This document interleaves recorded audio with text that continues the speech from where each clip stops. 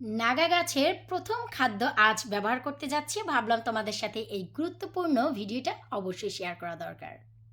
Hello everyone, আসসালামু আলাইকুম। কেমন আছো তোমরা সবাই? আলহামদুলিল্লাহ, আমি তো অনেক ভালো আছি। আশা রাখছি তোমরাও ভালো আছো। নিশ্চয়ই জানি রিপোর্টিংয়ের জন্য অনেকেই অনেকভাবে চেষ্টা করে যাচ্ছ, কিন্তু ট্রাস্ট মি, এখনও পর্যন্ত রিপোর্টিংয়ের তেমন সময় হয়নি।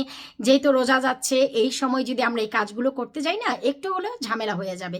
তাই আমি সবাইকে বলবো, যদি গাছ অনেক বেশি বড় না হয়ে যায়, রিপোর্টিংটা এখন দরকার নেই, তোমরা ঈদের পরপর করতে পারো। আর যাদের সময় হয়ে গেছে, রাইট ওয়েতে অবশ্যই রিপোর্টিং করবা। রিপোর্টিংয়ের সময় যে জিনিসটা দিতে হয় অবশ্যই ব্যবহার করবা। তো চলো, আজ আমি তোমাদের সাথে শেয়ার করব। এর আগে আমি নাগা গাছে ফার্স্ট খাদ্য দিয়েছিলাম কফি। অনেক কমেন্ট পেয়েছি, আপু তুমি কফি দিয়েছো, গাছগুলো মরে যাবে কিনা।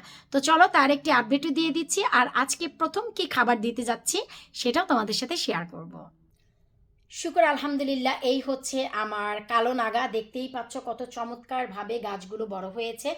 আমি প্রথম খাবার কফি দিয়েছিলাম, তখন তোমরা অনেকে ঘাবড়ে গিয়েছিলে। আমি জানি যারা নতুন তারা এইসব জিনিসগুলো দেখলে ঘাবড়ে যাবা।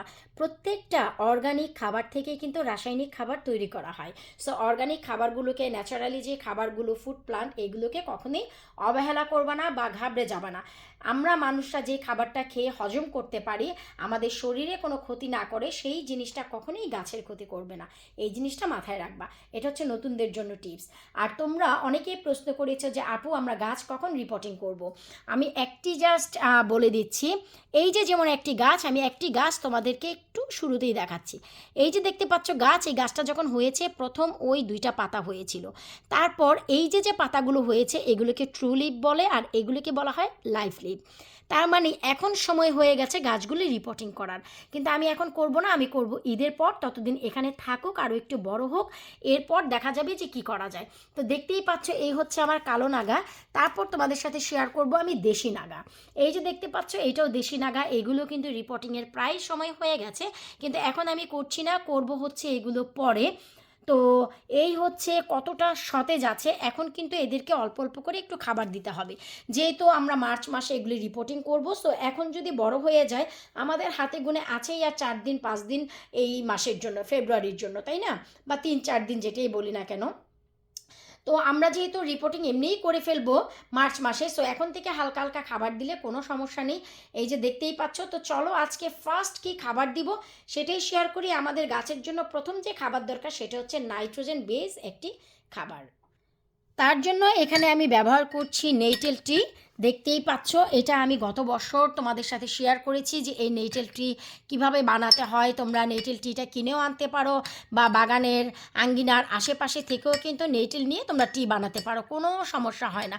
তো এই নেইটেল টিটা ওভারনাইট তোমাকে 24 আওয়ার্স পর্যন্ত এটাকে ভিজিয়ে রেডি করতে হবে। এই যে দেখো, আর দেওয়াটা কিন্তু একদমই সহজ। এমন নয় যে নেইটেল টিতে গাছের কোনো ক্ষতি করে, কোনো ক্ষতি করে না, আলহামদুলিল্লাহ কোনো ক্ষতি করে না। স্প্রে করেও দিতে পারো মাটিতে। আবার যেহেতু আমি অল্প 2টি গাছেই দিব, তাই সামান্য পরিমাণ বানিয়েছি। এই যে দেখো, ঠিক এইটুকু পরিমাণ দিয়ে দিলেই কিন্তু এই যে হয়ে গেল। এই যে দেখো, অ্যাভারেজে কিন্তু এখানে 50 ml পর্যন্ত খাবার গিয়েছে।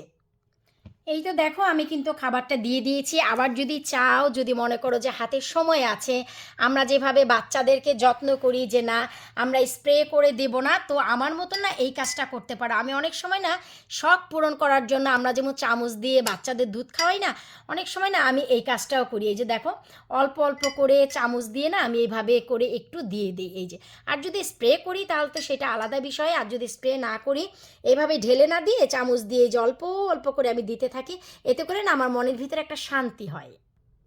এই তো খুবই চমৎকার করে খাবারগুলো খেয়ে এরা কিন্তু অনেক বেশি খুশি হয়ে যাবে।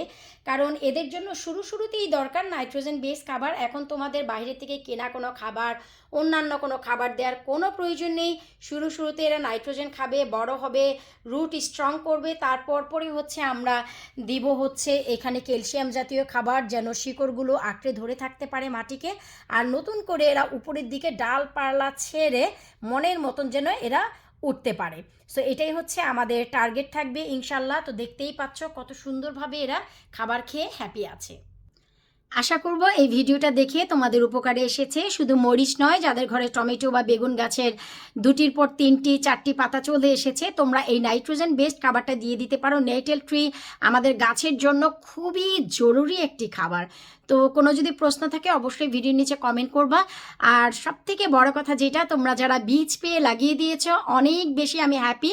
আমার সাথে তোমাদের গাছের ছবিগুলো শেয়ার করেছো। ইনশাল্লাহ যারা গতকালকে বীজ অর্ডার করেছো আজকে সকালে আমি পোস্ট করে দিয়েছি। আমি কথা দিচ্ছি যে এবং দিয়েছি যে তোমরা যারা অর্ডার করবা আমি একদম সেম নেক্সট ডেতেই ডেলিভারি দিয়ে দিব। কারণ আমি জানি যে আমাদের এই স্বল্প সময়ে আমাদের হাতের সময় কম, এই সময়ের ভিতরে চারা বানানো, ফসল তৈরি করা অনেক কষ্ট।